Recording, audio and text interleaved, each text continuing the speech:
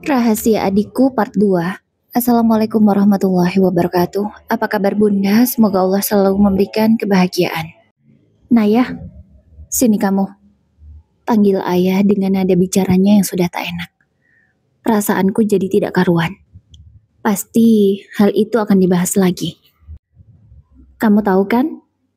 Kalau adikmu sudah dilamar oleh Ustadz Ilham dan pernikahan mereka akan dilakukan 2 minggu lagi.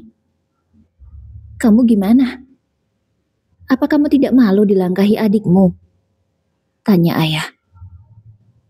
Aku bingung harus menjawab apa. Sejenak aku berpikir kira-kira kalimat apa yang bisa membuat ayah tidak terus menanyakan lagi. Ya, aku tidak malu dilangkahi oleh Sasa. Pernikahan kan bukan perlombaan ya. Kalau memang Sasa yang menemukan jodohnya terlebih dahulu, aku tidak masalah. Jawabku berusaha tenang. Walau sebenarnya hatiku tidak karuan rasanya. Karena ya, laki-laki yang akan menikahi adikku adalah laki-laki yang selama ini aku kagumi. Nama Ustadz Ilham adalah nama yang selalu aku sebut dalam setiap doaku. Tapi Allah menakdirkan yang lain. Tapi ayah malu. Begini saja. Bagaimana kalau kamu ayah jodohkan dengan anak teman ayah? Ayah punya banyak kenalan dan ayah yakin kalau anak-anak mereka itu berpendidikan dan pekerjaannya sudah bagus. Ya tidak jauh beda lah seperti Ustadz Ilham. Supaya kamu tidak dilangkahi oleh adikmu. Kalau kamu setuju, kamu akan lebih dulu menikah daripada Sasa, kata ayah. Ya, aku bukannya tidak mau dijodohkan ya. Tapi maaf ya. Untuk saat ini aku belum siap. Aku tidak masalah ya dilangkahi oleh Sasa. Aku gak apa-apa. Dan ayah gak perlu malu. Karena jodoh sudah ada yang mengatur ya. Aku berusaha meyakinkan ayah. Tapi Naya, umurmu sudah berapa? Masa mau dilangkahi juga sama adikmu? Mau taruh di mana wajah ayah ini? Kata ayah marah. Benar tuh kata ayahmu, nak. Lebih baik kamu dijodohkan saja. Jadi kamu tidak dilangkahi oleh adikmu. Tidak semakin malu kami. Tiba-tiba ibu datang dan menambahi. Bu, tolong mengerti Naya, Bu. Naya hanya mau menikah dengan orang yang benar-benar Naya yakin. Bukan karena paksaan. Kalau begitu, siapa orangnya? Cepat kenalkan dengan ayah. Kata ayah. Saat ini belum bisa ya. Tapi nanti Naya pasti akan kenalkan laki-laki itu ke ayah. Ucapku membuat janji yang padahal aku tidak tahu kapan bisa menepatinya. Oke, kalau begitu, kamu ayah kasih waktu sebelum pernikahan Sasa. Itu artinya 1 minggu atau 10 hari. Kalau sampai dalam waktu itu kamu belum bisa mengenalkan laki-laki itu ke ayah, maka ayah akan menjodohkan kamu, ucap ayah. Astagfirullah ya, mana bisa ya secepat itu? Ucapku protes karena tak mungkin itu terjadi. Ayah tidak mau tahu. Kamu menurut kata ayah atau mau jadi anak durhaka? Setelah mengatakan kalimat yang sangat menyakitkan itu, ayah pergi. Aku menatap ke arah ibu, dan ibu terlihat tak bisa berbuat banyak juga karena memang apa yang ada di pikiran ibu sama dengan yang dipikirkan ayah. Ibu pun memilih pergi juga dari hadapanku. Ku sandarkan tubuh ini di dinding. Ku tarik nafasku. Ya Allah, apa ini? Apa yang harus aku lakukan ya Allah? Sungguh aku bingung. Mana mungkin aku bisa mengenalkan laki-laki yang sebentar lagi akan menjadi suami adikku. Ucapku dalam hati. Aku benar-benar bingung. Laki-laki mana yang akan kubawa ke rumah ini untuk kukenalkan ke ayah? Sementara selama ini aku tak pernah dekat dengan siapapun. Karena memang aku menghindari hal itu. Ustadz Ilham saja aku hanya berani mengaguminya dari jauh. Tidak pernah menunjukkan kalau aku menyukainya. Sementara di sisi lain, Di tengah kebingungan Naya, ada seorang pria yang sedang duduk melamun di ruang kerjanya. Ia hanya menatap setumpuk berkas yang seharusnya segera dia baca dan dia tanda tangani. Berkas itu berkenaan dengan sekolah yang ia miliki.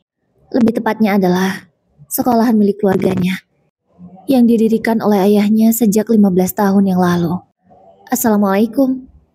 Tiba-tiba ada seseorang yang mengucapkan salam dan mengetuk pintu. Pria itu segera tersadar dari lamunannya. Waalaikumsalam. Silakan masuk, ucapnya dari dalam. Pria yang mengetuk pintu itu pun segera masuk, lalu duduk di kursi yang memang sudah tersedia. Kenapa kamu melamun, Ham? Tanya Ustadz Faisal. Iya, mereka bersahabat. Jadi sudah biasa jika Ustadz Faisal menanyakan hal seperti itu ke Ustadz Ilham. Apa yang kamu lamunkan, Ham? Apa mahar yang calon istrimu minta terlalu mahal ya? Ledek Ustadz Faisal. Iya, memang mahal. Tapi aku dan orang tuaku sudah menyanggupinya. Bukan itu yang aku pikirkan, jawab Ustadz Ilham. Ya, aku tahu kok. Keluargamu kalau cuma segitu pasti mampu lah. Kata Ustadz Faisal lagi yang memang sudah tahu berapa mahar yang diminta oleh Sasa. Iya, gadis perawakan cantik itu meminta mahar sebesar 200 juta. Belum emas dan hantaran lainnya. Terus, kalau bukan itu yang kamu lamunkan, lantas apa? Tanya Ustadz Faisal semakin penasaran. Ya, kamu tahu kan, aku dulu menyukai siapa, dan sekarang aku akan menikah dengan siapa? Jawab Ustadz Ilham. Iya, aku tahu. Ya, mau bagaimana lagi? Wanita itu sudah memiliki calon. Kamu tak bisa berbuat apa-apa. Tapi, kapan ya wanita itu akan menikah? Sedangkan sebentar lagi, kamu akan menikah juga. Seharusnya kan dia duluan. Tanya Ustadz Faisal yang merasa bingung. Iya ya, aku juga belum tahu kapan. Tapi kalau menurut info dari orang terdekatnya sih, tidak lama lagi. Tapi yang jelas, kami duluan, ucap Ustadz Ilham. Iya ya. Terus, kenapa kamu masih melamunkan dia? Seharusnya kamu hanya boleh memikirkan calon istrimu, tidak boleh wanita lain. Kata Ustadz Faisal mengingatkan sahabatnya itu. Iya, aku tahu Faisal. Tapi, kamu tahu kan, aku sudah mengaguminya berapa lama. Dan ketika aku berniat untuk melamarnya, aku malah mendapatkan kekecewaan. Karena ternyata dia sudah memiliki calon suami. Ya, menurutku tidak salahnya juga. Kamu sendiri yang kelamaan. Kenapa tidak segera waktu itu ketika kamu sudah mempunyai perasaan dengan dia? Kata Ustadz Faisal yang mengingat masa lalu sahabatnya itu. Iya, Ustadz Ilham memang sudah menyukai seorang wanita sejak lama. Mungkin kalau dihitung sampai sekarang, sudah hampir setahun. Tapi, ia tak kunjung mengungkapkan perasaannya itu, atau mengatakan pada orang tuanya. Karena ya, dia merasa belum siap. Walau sebenarnya dia sudah sangat ingin menikahi wanita itu. Bukannya aku tak berani. Ya, waktu itu, aku butuh meyakinkan diriku juga, jawab Ustadz Ilham. Ya, aku paham kok. Lagi pula, kamu dan dia kan akan tetap mempunyai hubungan juga, kata Ustadz Faisal. Iya, tapi bukan suami istri, melainkan ipar, jawab Ustadz Ilham frustasi. Ya, mau bagaimana lagi? Kan semua sudah takdir. Lagi pula, kalau memang kamu tidak mau iparan dengan dia, kenapa harus melamar adiknya? Tanya Ustadz Faisal yang bingung dengan pilihan Ustadz Ilham. Ya, aku tidak tahu, jawab Ustadz Ilham yang semakin membuat Ustadz Faisal bingung. Tidak tahu bagaimana maksudmu? Ada jawaban tidak tahu, padahal sudah kamu lamar orangnya. Ustadz Faisal pun hanya bisa menggelengkan kepalanya. Entahlah.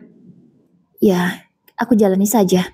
Dan aku akan berusaha untuk mencintai calon istriku itu, jawab Ustadz Ilham berusaha meyakinkan dirinya sendiri. Iya, memang seharusnya begitu bukan? Oh ya, bagaimana soal lomba yang akan kita laksanakan? Tanya Ustadz Faisal mengalihkan pembicaraan agar sahabatnya itu tak terus kepikiran dengan masalahnya. Iya, kita akan rapatkan dulu dengan semua guru dan kita bagi supaya bisa terhandle dengan baik, jawab Ustadz Ilham. Oke, baiklah. Nanti setelah pulang sekolah ya berarti rapatnya? Tanya Ustadz Faisal memastikan. Ya, seperti biasa. Akhirnya setelah pembahasan itu selesai, Ustadz Faisal keluar dari ruangan kepala sekolah itu. Iya, Ustadz Ilham adalah kepala sekolah di sekolahnya. Sementara kepala yayasannya adalah ayahnya sendiri. Dan sekarang Ustadz Faisal merupakan wakil kepala sekolah.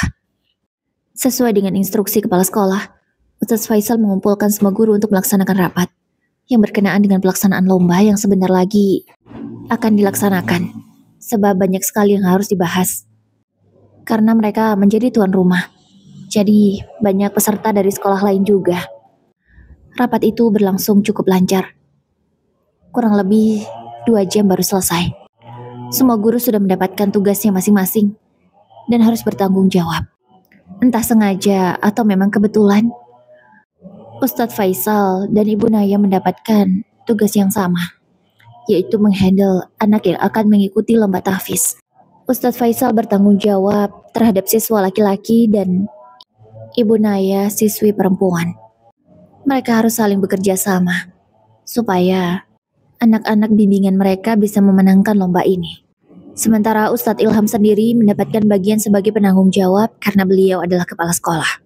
Lomba ini akan dilaksanakan setelah pernikahan Ustadz Ilham dengan Sasa. Waktu yang ada untuk persiapan sekitar 1 bulan. Sejak Ustadz Faisal dan Ibu Naya mendapatkan tanggung jawab yang sama, mereka sering berkomunikasi melalui ponsel. Namun sejauh ini komunikasi mereka hanyalah soal lomba. Tidak ada yang lain atau menyangkut urusan pribadi. Karena memang keduanya sama-sama canggung dan tahu batasannya.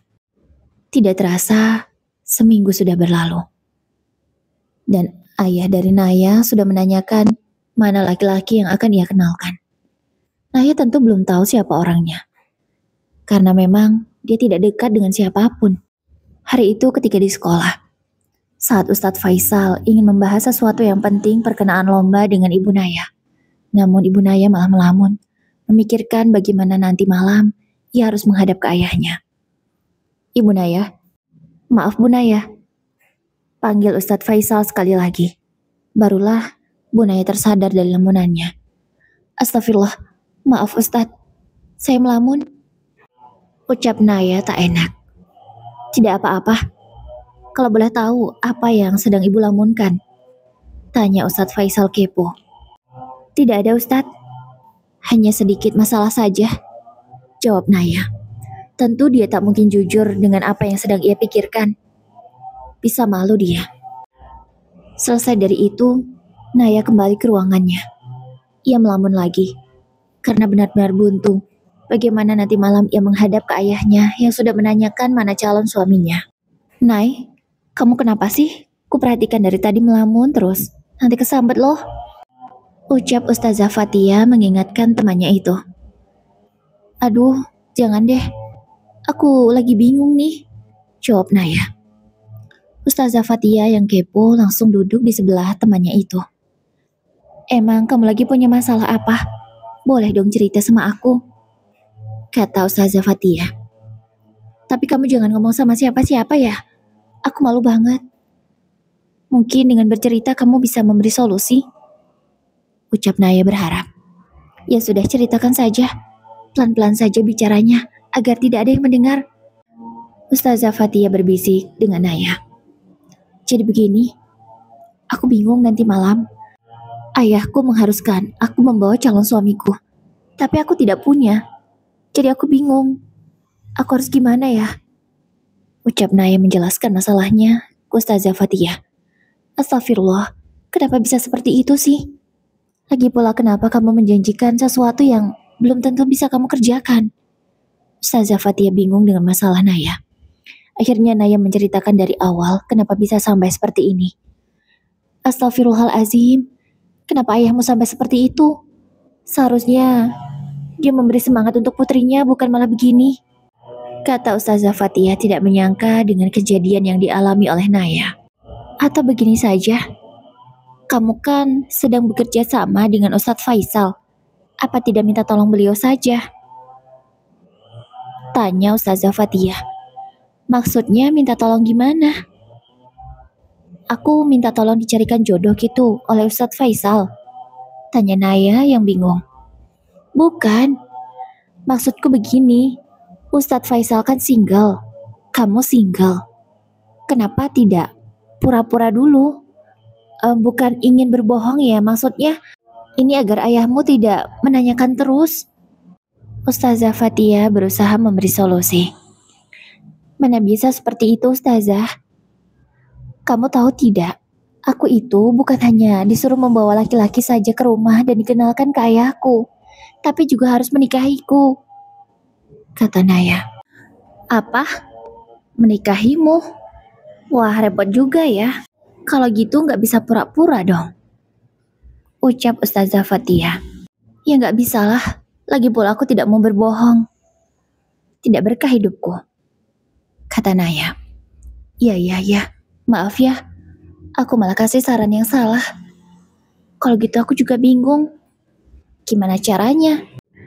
Waktu pulang sekolah pun sudah tiba.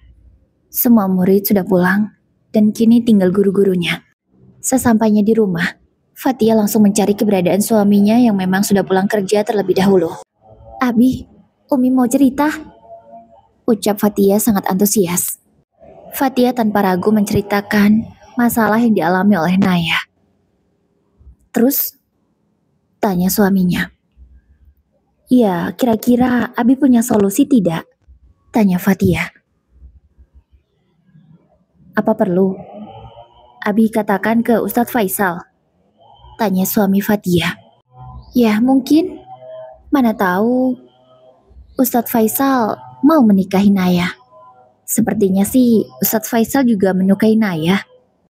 Aku tidak sengaja sih waktu itu melihat tatapan Ustadz Faisal itu agak berbeda ke Naya. Makanya coba deh Abing bilang ke Ustadz Faisal. Mana tahu kan Ustadz Faisal sedang mencari jodoh. Atau bisa jadi Ustadz Faisal juga menyukai Naya, kata Fatia bersemangat.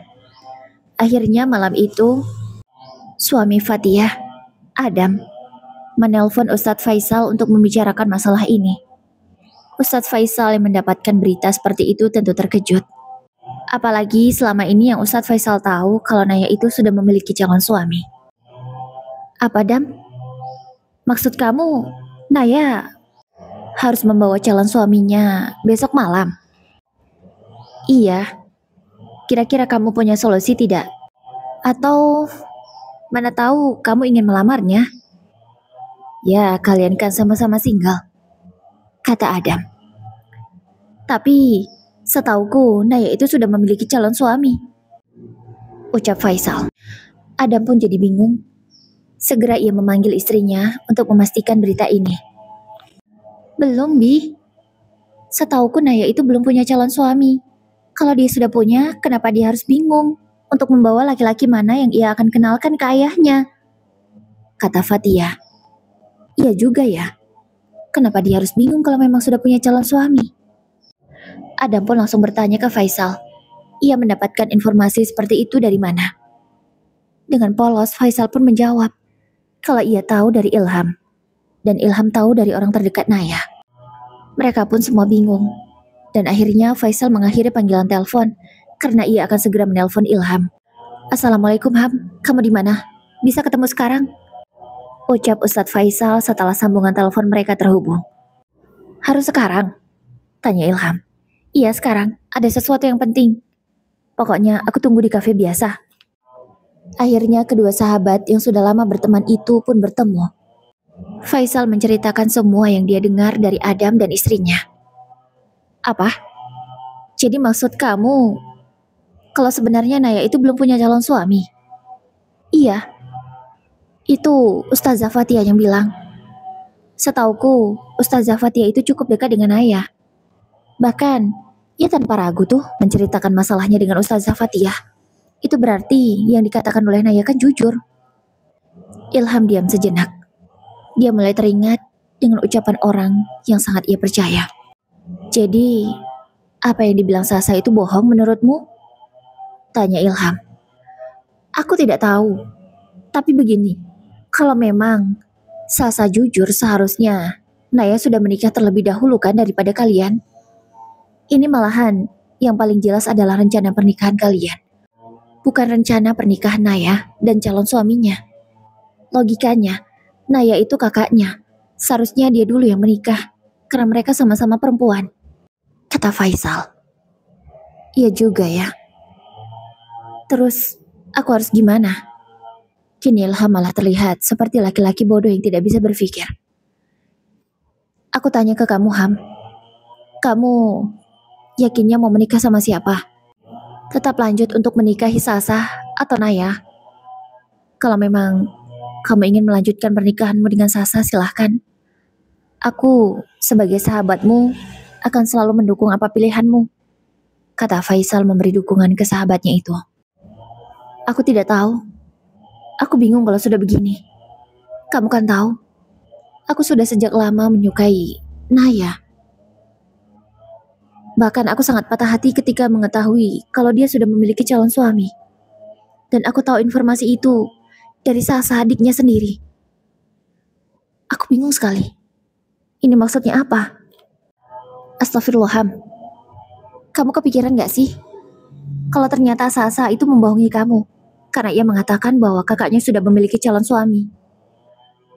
Aku curiga, tapi bukan bermaksud uzon ya ini.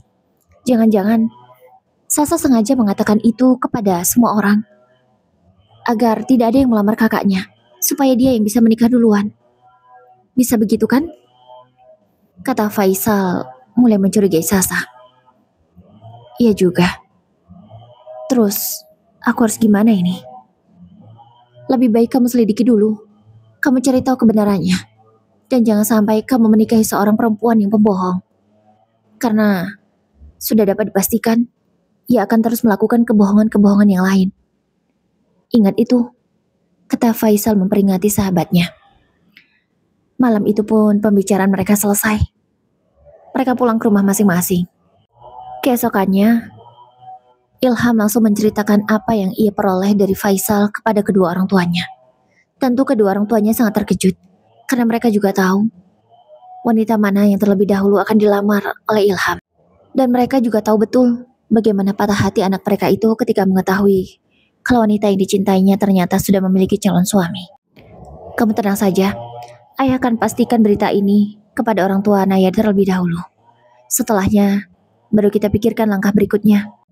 Karena waktu pernikahan mereka semakin dekat, ayah Ilham tak mau lagi menunda mencari informasi yang benar. Karena tak mungkin bertemu di rumah, akhirnya ayah Ustadz Ilham mengajak ayah Naya untuk bertemu di luar saja. Ayah Ustadz Ilham pun langsung menanyakan yang penting-penting saja. Naya belum punya calon suami. Bahkan nanti malam, rencananya saya akan menagih janjinya untuk membawa calon suaminya itu. Tapi saya tidak yakin kalau dia punya calon suaminya. Jawab Pak Purnomo, ayahnya Naya.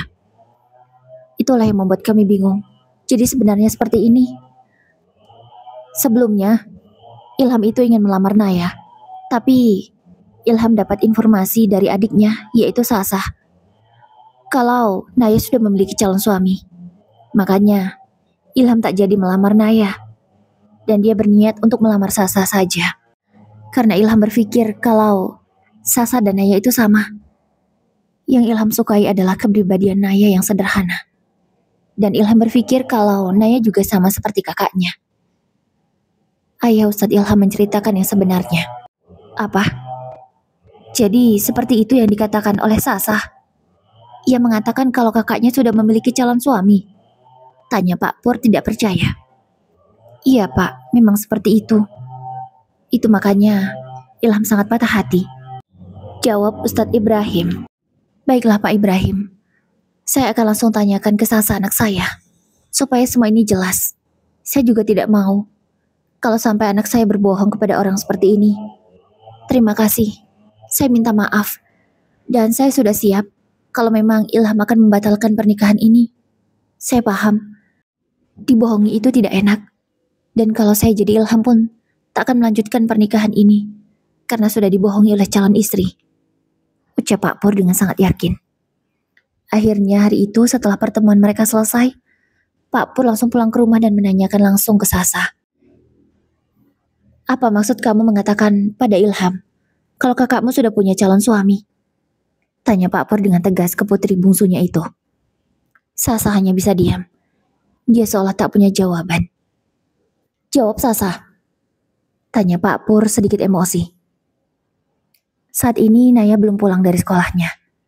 Ia masih ada tugas tambahan yang berkenaan dengan lomba. Ampun ayah. Aku tidak bermaksud untuk membohongi banyak orang.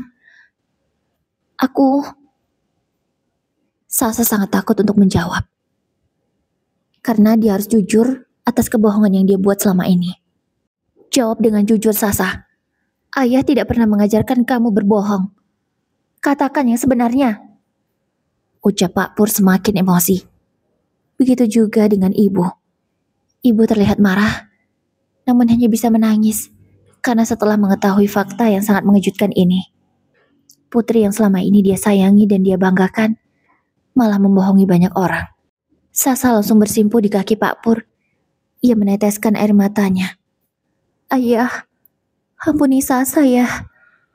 Sasa tidak bermaksud untuk berbohong ya. Sasa akan cerita tapi ayah janji jangan marah sama Sasa. Dan Sasa mau pernikahan Sasa dengan Ustadz Ilham tetap terlaksana. Kata Sasa memohon ke ayahnya. Tidak bisa Sasa. Ayah tidak bisa memaksakan kehendak ayah kepada seorang laki-laki yang sudah kamu bohongi. Laki-laki mana yang mau menikah dengan kebohongan? Tidak ada yang mau. Pasti laki-laki itu berpikir 1000 kali untuk menikahi kamu. Ucap Pak Pur dengan tegas. Cepat ceritakan sekarang yang sebenarnya apa maksudmu? Ucap Pak Pur lagi. Akhirnya Sasa menceritakan. Ayah, sebenarnya Sasa takut ya. Takut jika Kak Naya menikah terlebih dahulu. Karena Sasa tahu bagaimana kebiasaan di keluarga besar kita. Kalau seorang perempuan itu biasanya menikah sebelum umur 20 tahun. Dan aku tidak mau ya kalau sampai Kak Naya menikah duluan. Karena kata orang-orang, kalau kakaknya menikah duluan, bisa jadi adiknya akan lama menikah. Sasa takut ya. Makanya Sasa bilang ke orang-orang yang sepertinya memang menyukai Kak Naya. Kalau Kak Naya sudah memiliki calon suami. Karena Sasa mau Sasa dulu yang menikah, bukan Kak Naya. Jawab Sasa dengan takut. Ia menjelaskan pun dengan suara yang bergetar. Astagfirullah Sasa, apa yang kamu lakukan? Kamu sudah membuat ayah dan ibu menzolimi kakakmu sendiri. Pak Pur sangat frustasi. Dia tidak menyangka kalau putri bungsunya bisa melakukan hal seperti ini. Sudah berapa laki-laki yang kamu katakan seperti itu sehingga mereka tak jadi melamar kakakmu? Tanya ayah. 3 laki-laki ya. Yang pertama, ada itu, teman Kak Naya. Aku lupa siapa namanya. Dan yang kedua, Ustadz Ilham. Dan yang ketiga, ada ya, seorang ustadz yang cukup terkenal di kampung kita. Juga tahu kan orangnya. Nah, ustadz itu juga akan melamar Kak Naya. Tapi aku mengatakan kalau Kak Naya sudah punya calon suami. Karena aku dulu yang menikah ya. Ayah hanya bisa mengelengkan kepalanya.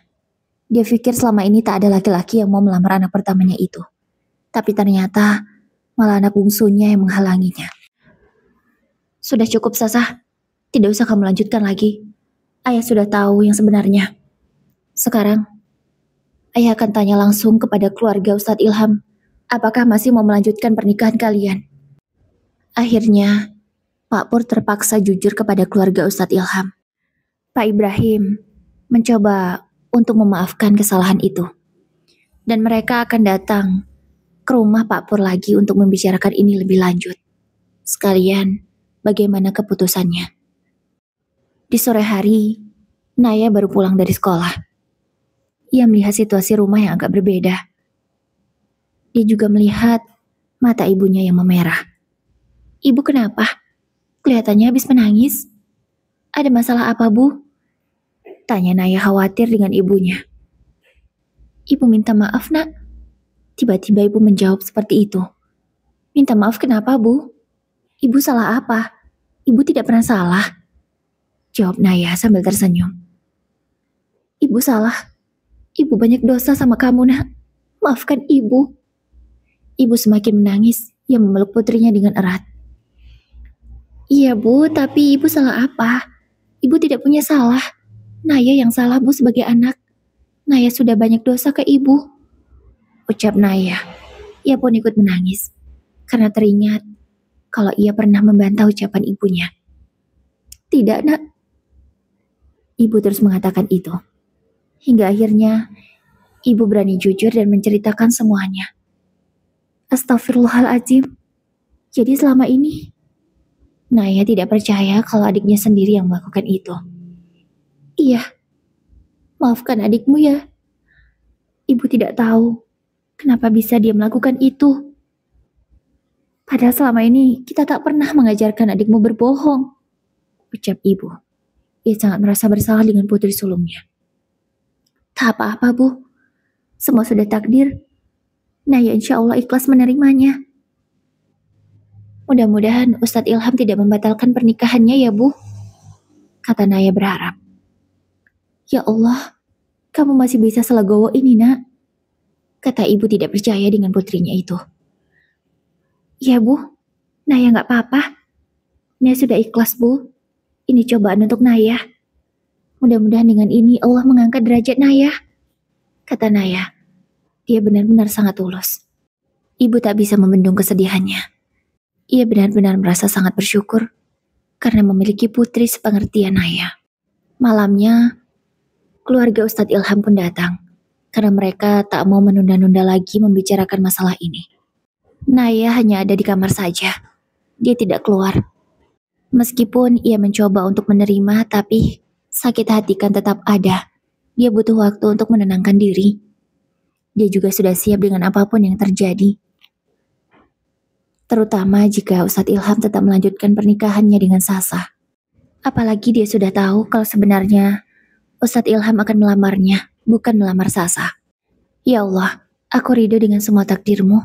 Aku ikhlas, ucap Naya lirih. Ia pun hanya asik bermain ponsel untuk menghilangkan kesedihannya. Ia tak berusaha mendengarkan apa yang sedang dibicarakan di ruang tamu. Namun, ketika ia masih asik dengan dunianya sendiri, tiba-tiba ada ketukan pintu. Nak, bolehkah ibu masuk? Tanya ibu. Boleh, Bu, jawab Naya lembut. Ibu masuk dan duduk di samping putrinya. Sayang, kamu dengar gak tadi? Tanya ibu. Dengar apa, Bu? Naya gak dengar apa-apa, jawab Naya. Ibu pun menjelaskan apa yang sudah dibicarakan oleh keluarga Ustadz Ilham. Jadi begini, nak. Ustadz Ilham sudah membatalkan rencana pernikahannya dengan Sasa. Ia tidak mau melanjutkan pernikahan itu. Ayah dan ibu maklum karena mereka sudah dibohongi. Dan Ustadz Ilham tadi sudah melamarmu, nak. Karena memang yang ia sukai hanyalah kamu, bukan Sasa. Apa kamu mau menerima pindangan Ustadz Ilham? Tanya ibu. Ibu, kalau boleh jujur, Naya sebenarnya juga menyukai Ustadz Ilham. Tapi Sasa juga menyukai Ustadz Ilham, Bu. Naya tidak mau merebut kebahagiaan Sasa. Naya sayang sama Sasa, Bu. Naya bahagia kalau melihat Sasa bahagia, ucap Naya. Tapi nak, Ustadz Ilham maunya sama kamu, bukan Sasa, kata ibu. Tapi bagaimana dengan Sasa, Bu? Tanya Naya. Sayang, kamu sudah dikecewakan oleh Sasa, tapi kamu masih memikirkan adikmu itu? Tanya ibu. Bu, aku memang kecewa. Tapi aku sudah ikhlas, Bu. Tidak apa-apa. Kalau memang Naya tidak berjodoh dengan Ustadz Ilham. Lanjut Naya. Kak, tiba-tiba terdengar suara seorang perempuan memanggil kakaknya. Itu adalah Sasa. Ia menangis di pelukan kakaknya. Ia baru berani menemui Naya malam ini. Dari siang tadi, ia sangat takut bertemu dengan kakaknya itu. Dia benar-benar merasa sangat bersalah. Sasa berkali-kali mengeluarkan kata maaf dari mulutnya. Ia sangat merasa berdosa dengan Naya. Maafin Sasa, Kak. Maafin Sasa. Bahkan Sasa sampai bersimpu di kaki Naya, tapi dengan cepat Naya mencegahnya. Tidak perlu. Kakak ini manusia. Kamu tak perlu meminta maaf sampai seperti ini. Kakak sudah maafkan kamu, Dek, kata Naya lembut ke adiknya. Kakak sudah maafkan Sasa? Tanya Sasa tidak percaya. Mana mungkin kakaknya bisa semudah itu memaafkannya? Karena kesalahan yang dia buat sangatlah besar. Iya, kakak sudah maafkan kamu. Kamu tidak usah merasa bersalah ya. Semua ini cobaan. Yang penting kamu jangan berbohong lagi. Baik kepada kakak ataupun ayah ibu. Ucap Naya mengingatkan adiknya. Iya kak, aku janji aku akan berubah menjadi lebih baik. Tak akan berbohong lagi. Maafkan Sasa kak, kata Sasa. Iya, kakak sudah maafkan. Sudah ya, jangan menangis lagi. Dengan lembut Naya menghapus air mata adiknya. Lalu memeluknya sekali lagi dengan erat. Kak, terimalah lamaran Ustadz Ilham. Ustadz Ilham sangat mencintai kakak. Kakak dan Ustadz Ilham berhak bahagia. Tidak usah pikirkan aku. Aku memang pantas mendapatkan ini. Aku juga tak pantas bersanding dengan Ustadz Ilham, pemuda yang sangat baik dan jujur. Tak pantas ia bersanding dengan wanita pembohong sepertiku, kata Sasa menyadari kesalahannya. Tapi Naya tetap tidak enak dengan adiknya itu karena dia sangat tahu kalau adiknya begitu mengagumi Ustadz Ilham. Kak, demi aku akan bahagia jika melihat kakak bahagia, kata Sasa. Baiklah, tapi berilah kakak waktu untuk berpikir ya. Tolong sampaikan ke Ustadz Ilham. Akhirnya malam itu keluarga Ustadz Ilham belum mendapatkan jawaban dari Naya. Mereka pun sabar menunggu. Begitu juga dengan Ilham.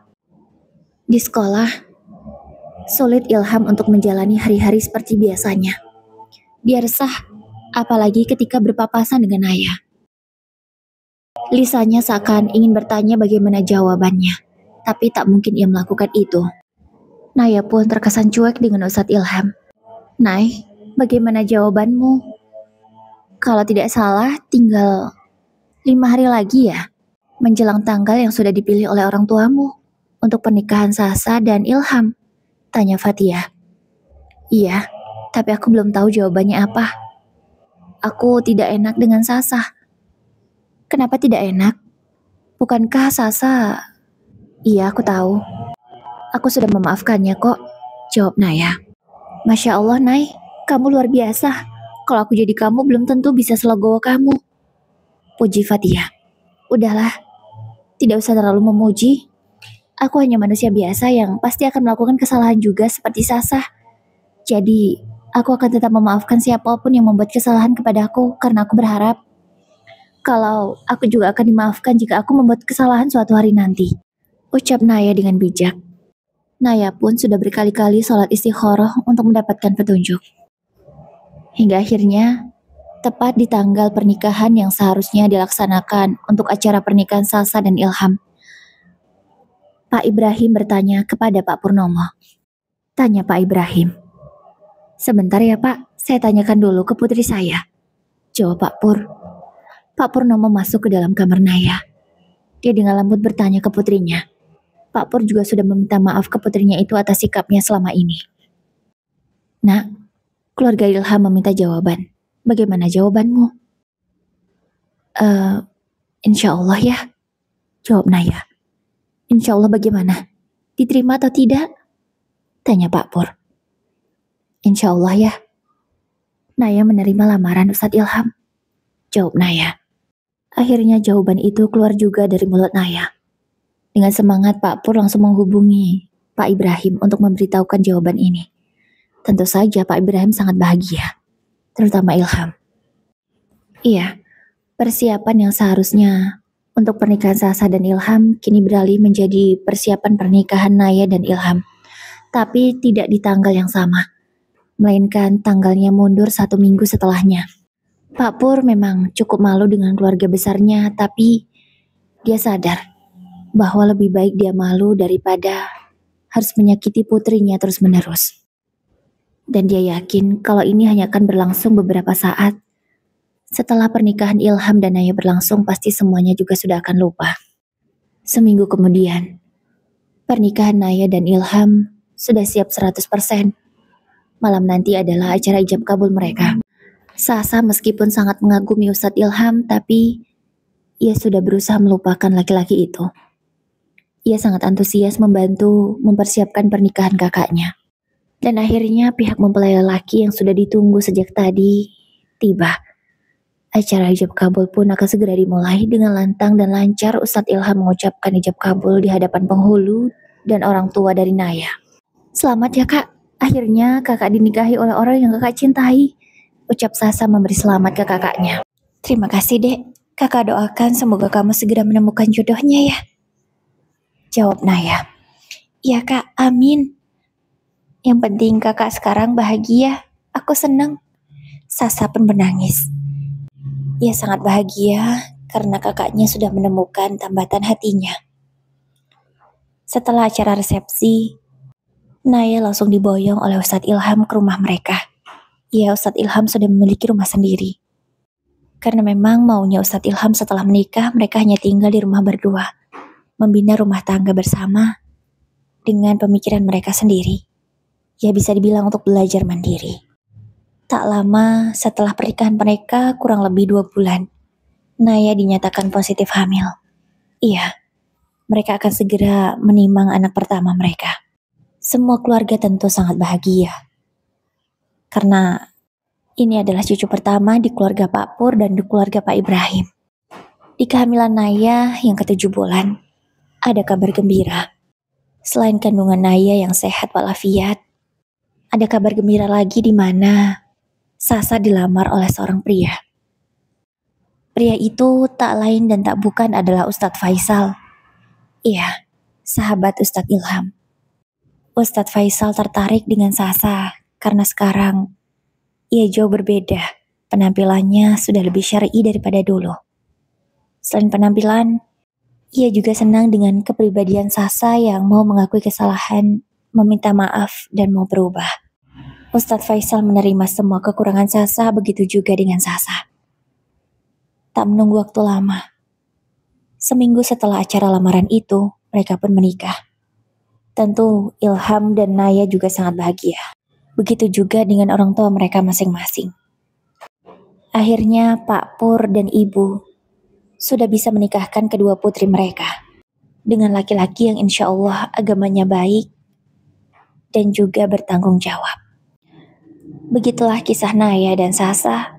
Semoga bisa menginspirasi dan bisa menjadi contoh untuk banyak orang tua bahwa jangan pernah memaksakan kehendak terhadap anak mereka. Karena sejatinya jodoh itu sudah ditentukan oleh Sang Maha Kuasa.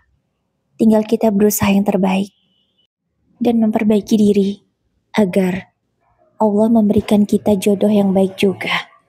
Sekian kisahnya, semoga Bunda-Bunda suka ya. Terima kasih Bunda. Wassalamualaikum warahmatullahi wabarakatuh.